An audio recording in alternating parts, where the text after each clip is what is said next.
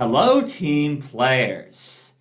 In today's video, I want to talk about a new type of item that I believe will change character creation and leveling forever. I am of course talking about grafts. Let's dive in. So grafts are essentially magical extensions of bodies. In order to create and implant them, you need the Graft Technician feat, which you can pick up at level 3. But it requires you to be an expert in medicine to take. You gain the formulas for 4 common grafts of 3rd level or lower. You also gain a +1 bonus on medicine checks to implant grafts. And if you're a master in medicine, this bonus is +2. Implanting a graft follows the same rules as crafting an item, except that the grafter uses the medicine skill instead of crafting to implant the graft, and the one receiving the graft must be present through the entire process. In addition, the grafter can only implant 1 graft at a time. Once the process is complete, the subject can begin using the graft. You can create grafts from scratch, but they typically require some sort of specialized storage container, such as a tank of fluid, to remain viable outside of a host. Grafts are considered part of the subject's body, and therefore cannot take damage separately. If a graft is severed from the subject's body, it can be reattached in any way that a body part could be reattached, like the regeneration spell. However, should the graft be destroyed before it can be reattached, no one can typically restore it. Grafts have the infested traits, and since they are part of the user's body, they must always be invested in. Should a graft be added when the user can't take any more invested items, the graft fails to provide any benefits. The graft's abilities will take effect the next time the user can take more invested items. A grafter can replace an existing graft or upgrade it as normal for crafting. Overall, some of these are hecka strong, and all of them allow you to do things you normally wouldn't be able to do with your character. Now let's talk about some of the grafts we got in this book. Are you a level 8 tank? Then you may want to look into the Alluring Lantern graft.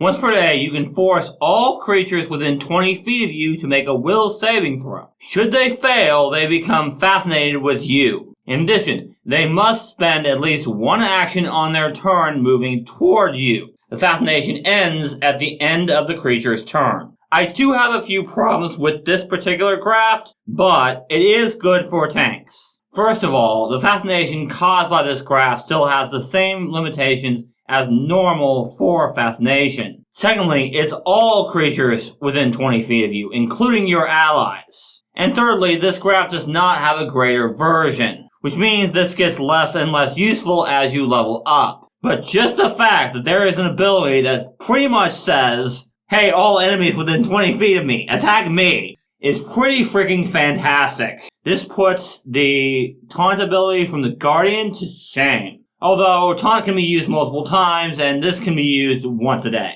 So it is more limited in that regard. However, there's a lot of cases where you can definitely use this to your advantage. I do recommend getting this graft if you're a tank and you're level 8. If you're a character that doesn't have dark vision, nor do you have a way of easily creating light, then the Bioluminescent Stripes graft may be for you. You can activate this item as a single action. Doing so makes these stripes glow in a 20-foot radius, meaning essentially you have a constant torch. And you can also turn this off, which is a good thing because as long as this is active, you cannot be undetected, and you take a -4 penalty on stealth checks to hide or sneak. And you can pick up this graft from level 1. That means even creatures without dark vision can always function in dark environments, which is pretty darn strong. Next we've got the Bristling Spines graft, which is good if you're looking to hit multiple enemies at range. You can flick your spines, creating a 15-foot cone that deals piercing damage to all creatures in the area. This requires a basic reflex save.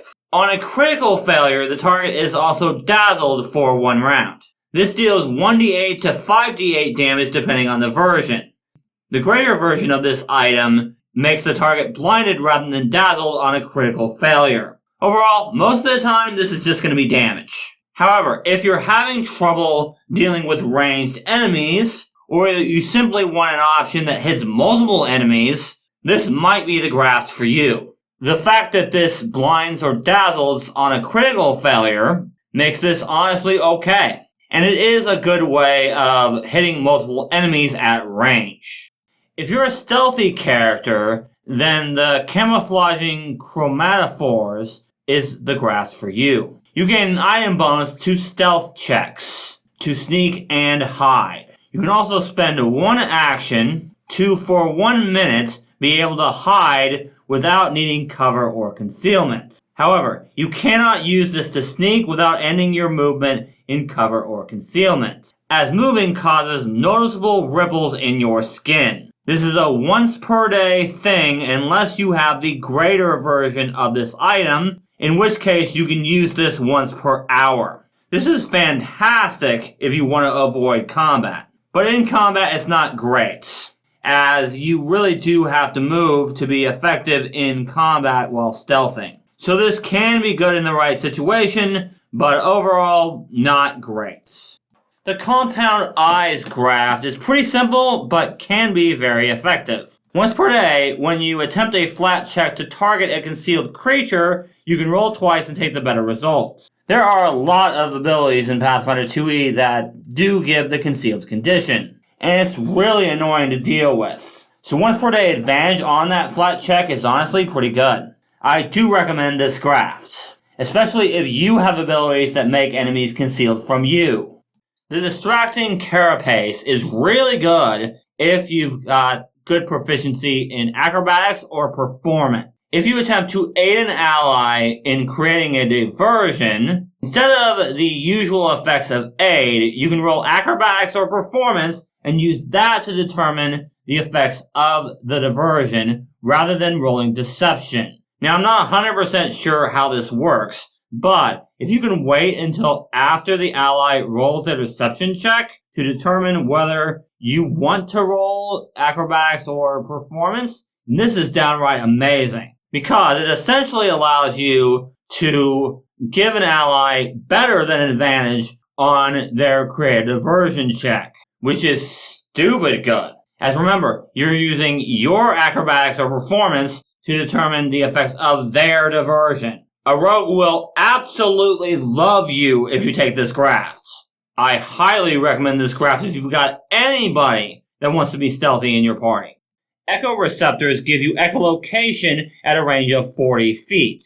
This allows you to use hearing as a precise sense. This is more of an out-of-combat thing, but it's really, really good out-of-combat thing. As since you have hearing as a precise sense, you can generally always hear through doors, meaning you can get a lot of conversations that enemies might not want you to hear. I do recommend this Graft. The Gills Graft is exactly what it sounds like. You can breathe water and air. Unfortunately, this one is pretty situational, as in most campaigns you aren't going to need to breathe underwater. But there are definitely some campaigns where you might. If you're in one of those types of campaigns, then this might be a good one to take. Otherwise, you're better off picking another Graft. Next, we've got the Gliding Membranes. You treat falls as if they were 25 feet or 50 feet shorter, depending on the level of this item. And even if you do take falling damage, you can land on your feet by making a DC 15 acrobatics check. Again, this one is pretty situational, as unless you're taking fall damage a lot, this isn't going to be useful all that much. But this does give you catfall, basically, even if you don't actually take the skill feats and aren't a catfolk. With the Piercing Horn Graft, you gain a Horns unarmed attack that deals 1d8 piercing damage. This is in the Brawling Weapon group.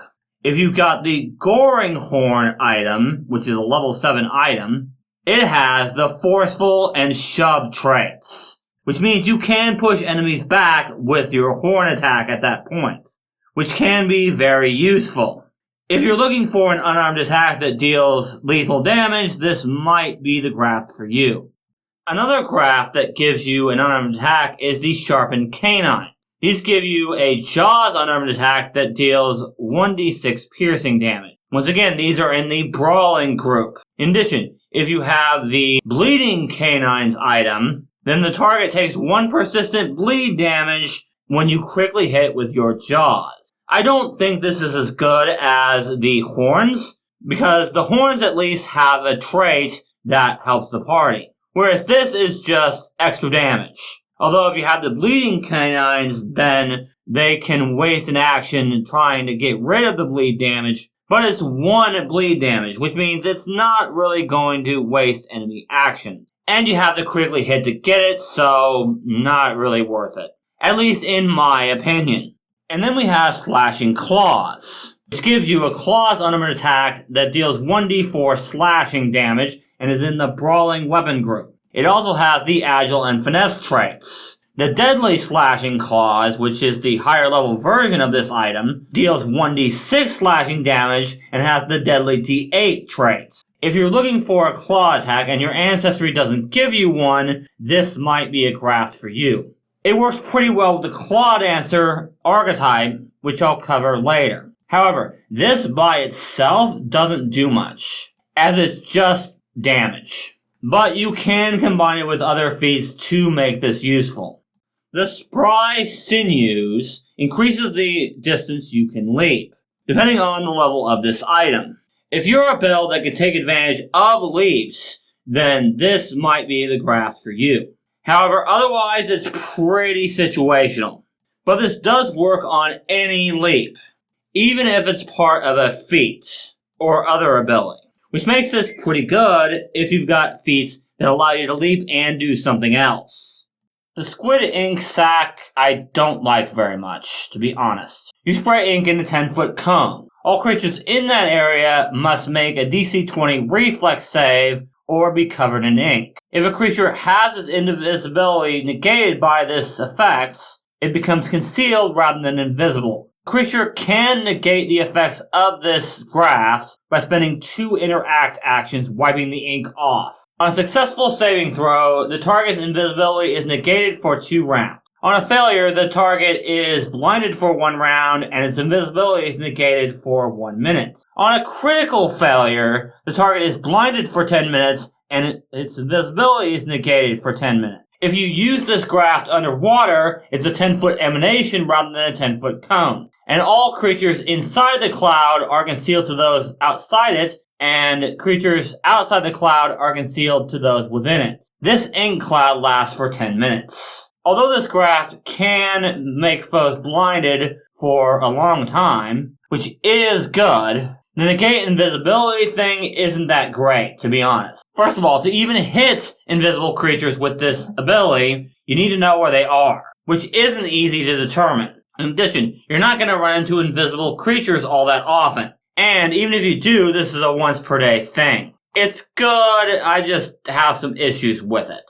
At level 17, you can pick up the Swooping Wings Grafts. This one is pretty simple as well. You gain a fly speed of 25 feet. Simple but very effective. This essentially means that any ancestry or class can fly. Now, granted, it's a level 17 item, which makes sense, but this means you don't have to be an ancestry or class that gets flight to actually be able to fly. Downright nuts here. You can also gain toxic blood through grafts. If a creature tries to bite you with something like a Jaws or Fangs attack, they must attempt a Fortitude saving throw. Should they succeed on their saving throw, they become Sickened 1. Should they fail, they become Sickened 1 and take 2d6 poison damage. Should they critically fail, they take 4d6 poison damage and become Sickened 2. Honestly, this one's pretty good too. However, because this doesn't have a greater version, it's always going to be that DC 26. Which means as you get level up, this gets less and less useful. But sickening a target and inflicting poison damage to them just for biting you is pretty nuts. Especially since it gives enemies that only have jaw attacks or fang attacks an incentive not to attack you. Sadly, this is situational because it requires a bite or fangs attack, which means if enemies have other attacks, they can still attack you and not take this. But this is still a really good graft, especially since they become sickened 1 on a successful saving throw, which means this is going to be useful for quite a few levels after level 9 when you can pick this up. Great graft here, I highly recommend. The Tubeworm Gland graft gives you a +2 bonus on fortitude saves against ingested diseases and poison. I'm not a huge fan of this graft. The main reason is because it only affects you. Don't get me wrong, it is good for keeping your stats up, which can allow you to help the party more. But the fact that it's ingested poisons and diseases only makes this far too situational to be any good. The Venom Gland gives you a ranged unarmed attack with a range of 10 feet that deals 1d4 poison damage. On a critical hit, the target is also sickened 1. This is pretty good, as it can sicken the target if you critically hit. However, other than that, it's just damage. The last graft we got in this video is way better. Because you need to critically hit in order to get that sickened condition, it's not as good as it could be. And the last graft we got in this book is really, really good. With the Whip Tail, you gain a tail unarmed attack that deals 1d6 bludgeoning damage. This attack is in the Brawling Weapon group. In addition, you get a +1 bonus on athletics checks to climb and acrobatics checks to balance. You can also use your tail to grab an edge, even if your hands are full. However, the higher level version of this item, the Constricting Whip Tail, is insane. With that, you can use your tail to grapple even if you don't have a free hand. You also gain a +2 item bonus on athletics checks to grapple. This graft is flat out amazing, especially the higher level version. Since you can grapple even without a hand free, that means every single dual wielder, whether you're dual wielding weapons or a weapon and a shield, can grapple, even though they don't have a hand free. And the +2 on grapple checks makes this even more amazing, as this is all grapple checks, not necessarily the ones that you use with your tail. This is probably the best graft here, by far.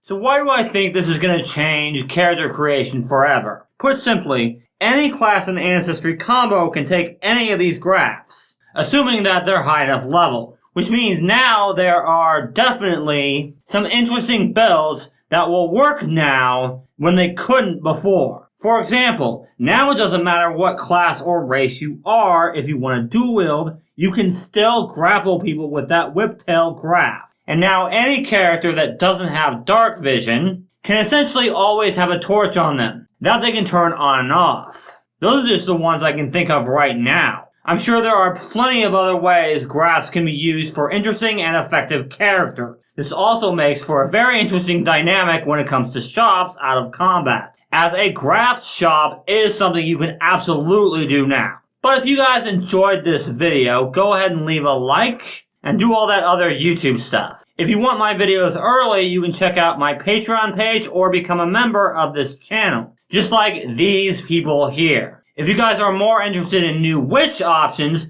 you can check out this video here. Thank you guys so much for watching, and remember, teamwork is vital. It helps us solve problems.